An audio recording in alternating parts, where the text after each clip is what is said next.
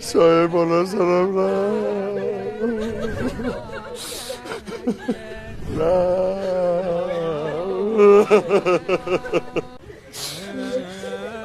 بله بزن اینجا ماما رفته تو میخوای بریم منیژه شله ازدواج کنی؟ من به غیر از مادرت به هیچی فکر نمی کنم. بله آخه دیدم بهش چشمک زدی. خفه شو بینم برو بینم برو.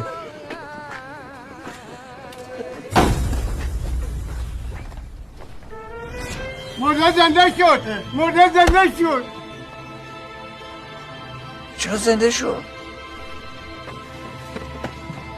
3 ماه بعد از اون روز توی صبح سرد زمستون یک سکته سنگین کرد و دوباره مرد.